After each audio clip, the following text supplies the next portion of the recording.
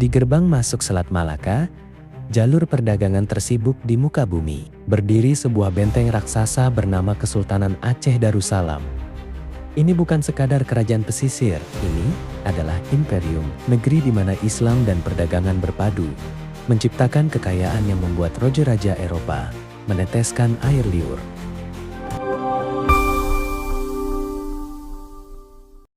Tapi Aceh tidak mudah ditaklukkan. Aceh dijaga oleh para satria laut yang garang, dan di antara ribuan pedang yang terhunus itu, ada satu nama yang paling bersinar. Satu nama yang membuat para kapten Belanda gemetar di balik kemudi kapal mereka. Seorang wanita, seorang janda, seorang laksamana. Namanya adalah Keumala Hayati. Keumala Hayati tidak lahir sebagai rakyat biasa. Takdirnya sudah tertulis di bintang-bintang. Bahkan sebelum ia menarik napas pertamanya, ia lahir di jantung kekuasaan, di dalam tembok tebal Istana Aceh. Darah yang mengalir di tubuhnya adalah darah penakluk. Ayahnya Laksamana Mahmud Syah, kakeknya Laksamana Muhammad Said Syah, kakek buyutnya Sultan Salahuddin Syah.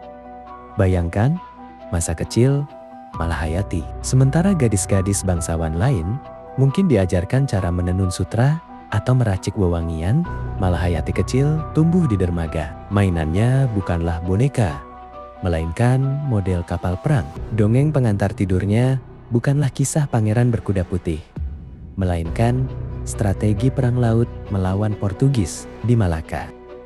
Ia melihat bagaimana ayahnya memimpin armada. Ia mendengar diskusi para jenderal tentang angin muson, tentang arus selat, dan tentang jangkauan meriam. Tanpa sadar, jiwa militernya sedang ditempa. Aceh saat itu memiliki visi yang jauh ke depan. Mereka memiliki Mahat Baitul Maqdis, sebuah akademi militer elit. Dan yang luar biasa dari Aceh saat itu, mereka tidak memandang gender dalam hal pertahanan negara. Malahayati remaja mendaftar masuk. Di sana, ia tidak diistimewakan. Di bawah terik matahari tropis, ia belajar ilmu navigasi dari instruktur-instruktur terbaik. Beberapa bahkan didatangkan langsung dari Turki, Utsmani. Ia belajar membaca rasi bintang untuk memandu kapal di malam gelap. Ia belajar memegang rencong, senjata khas Aceh yang mematikan dalam pertarungan jarak dekat. Di akademi inilah takdir mempertemukannya dengan cinta. Seorang perwira muda yang menjanjikan. Seorang pria yang menatap lautan dengan gairah yang sama dengannya. Mereka jatuh cinta di antara dentum meriam, latihan, dan deru ombak. Mereka menikah, pasangan yang sempurna. Dua prajurit, dua hati, satu tujuan, kejayaan Aceh. Hidup terasa begitu indah. Namun, kita semua tahu, kebahagiaan di masa perang adalah sesuatu yang rapuh. Tahun-tahun berlalu, ancaman Portugis dari Malaka semakin nyata. Si Farangi, begitu orang Aceh menyebut mereka, terus memprovokasi. Puncaknya terjadi di perairan Teluk Haru. Armada Aceh dikerahkan untuk menghadang Portugis. Suami Malahayati, yang saat itu telah menjadi laksamana muda, memimpin garis depan. Malahayati menunggu di darat, mungkin dengan perasaan was-was yang menghantui setiap istri prajurit. Pertempuran itu brutal. Meriam saling menyalak, menghancurkan lambung kapal. Teriakan Allahu Akbar bersahutan dengan serapah bahasa Portugis. Kayu pecah, layar terbakar. Aceh menang. Portugis berhasil diusir. Tapi kemenangan itu harus dibayar dengan harga yang teramat mahal. Ketika kapal-kapal sisa, pertempuran kembali ke pelabuhan. Malahayati mencari wajah suaminya di geladak. Ia mencari senyum yang biasa menyambutnya. Namun yang ia temukan hanyalah jenazah yang terbujur kaku. Dunia Malahayati runtuh seketika. Langit Aceh terasa runtuh menimpanya. Ia bukan lagi istri seorang laksamana. Ia kini seorang janda. Di titik ini, sejarah bisa saja melupakannya. Ia bisa saja tenggelam dalam duka, mengurung diri di kamar, menghabiskan sisa hidupnya meratapi nasib. Itu adalah reaksi yang wajar. Tapi Malahayati berbeda. Di tengah air matanya, ia melihat sekeliling.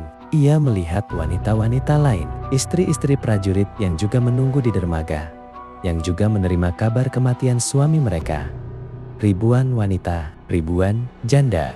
Rasa sakit itu perlahan berubah bentuk. Kesedihan itu memadat, mengeras, dan kemudian membara menjadi amarah. Bukan amarah yang buta, tapi amarah yang dingin dan terfokus. Ia bersumpah di atas makam suaminya. Kematian ini tidak akan sia-sia. Air mata ini akan menjadi ombak yang menenggelamkan musuh. Dengan langkah tegap, masih dalam masa berkabung, Malahayati menghadap Sultan Alauddin Eriyayat Shah Al-Mukammil. Bayangkan keberaniannya. Ia meminta sesuatu yang belum pernah terdengar dalam sejarah militer dunia saat itu. Ia meminta izin untuk membentuk armada tempur dari para janda. "Tuanku, mungkin begitu," katanya. "Biarkan kami yang menuntut balas. Berikan kami kapal, berikan kami senjata, kami tidak punya rasa takut lagi. Karena kami telah kehilangan hal yang paling kami cintai." Sultan tertegun. Namun melihat api di mata Malahayati, Sultan setuju. Maka lahirlah Inong Bali. Armada janda, Malahayati mengumpulkan sekitar 2.000 janda. Ia tidak membiarkan mereka larut dalam tangis. Ia melatih mereka. Wanita-wanita yang dulunya lembut, kini tangannya kasar, memegang tali temali kapal. Mereka belajar mengisi bubuk mesiu, membidik meriam, dan memanjat tiang layar setinggi pohon kelapa. Mereka membangun pangkalan sendiri di Teluk Rueng Raya. Benteng itu dinamakan Kuta Inong Bali. Temboknya tebal, menghadap langsung ke selat, seolah menantang siapa saja yang berani lewat. Kabar tentang pasukan ini menyebar, para pelaut asing mulai berbisik-bisik. "Hati-hati di perairan Aceh," kata mereka. "Ada pasukan wanita yang bertarung seperti singa betina yang terluka." Tahun ke-1599, abad baru akan segera dimulai dan musuh baru tiba di Cakrawala. 2 kapal besar berbendera Belanda, De Leeuw dan De Leeuwen, melempar sauh di Banda Aceh. Mereka dipimpin oleh 2 bersaudara, Cornelis de Houtman dan Frederik de Houtman. Cornelis de Houtman adalah penjelajah yang terkenal, tapi dia juga terkenal karena wataknya. Kasar, sombong, licik, dan tidak tahu adat. Dia datang ke Aceh dengan mentalitas penjajah, mengira dia bisa membodohi orang-orang lokal. Awalnya, hubungan berjalan baik, namun sifat asli de Houtman muncul. Ia mulai menghina pejabat istana, memanipulasi harga lada, dan membuat keributan. Ia meremehkan Sultan. Ia meremehkan Aceh. Kesabaran Sultan habis. Perintah dikeluarkan. Tangkap mereka, hancurkan armada mereka, dan siapa yang ditugaskan untuk memimpin penyerbuan itu? Ya, Laksamana Malahayati dan armada Inong Balinya. Tanggal 11 September tahun 1599, laut di depan Banda Aceh berubah menjadi neraka. Armada Inong Bali bergerak lincah. Kapal-kapal galai Aceh yang ramping bermanuver di antara lambung kapal Belanda yang besar dan lamban, meriam menyalak dari benteng Inong Bali. Pasukan wanita itu menyerbu. Mereka melemparkan tali kait, memanjat dinding kapal Belanda setinggi beberapa meter. Mereka melompat ke geladak dengan rencong terhunus. Di tengah kekacauan itu, Malahayati mencari satu target, sang kapten, Cornelis de Houtman. Mereka bertemu di atas geladak utama De Leeuw. Bayangkan adegan ini, Cornelis de Houtman, pria Eropa bertubuh besar dengan baju zirah dan pedang rapier panjang. Di hadapannya, Malahayati, wanita Aceh dengan pakaian tempur, menggenggam rencong di tangan. Ini bukan sekadar perkelahian, ini adalah simbol perlawanan Barat melawan Timur, keserakahan melawan harga diri. Duel terjadi sangat sengit.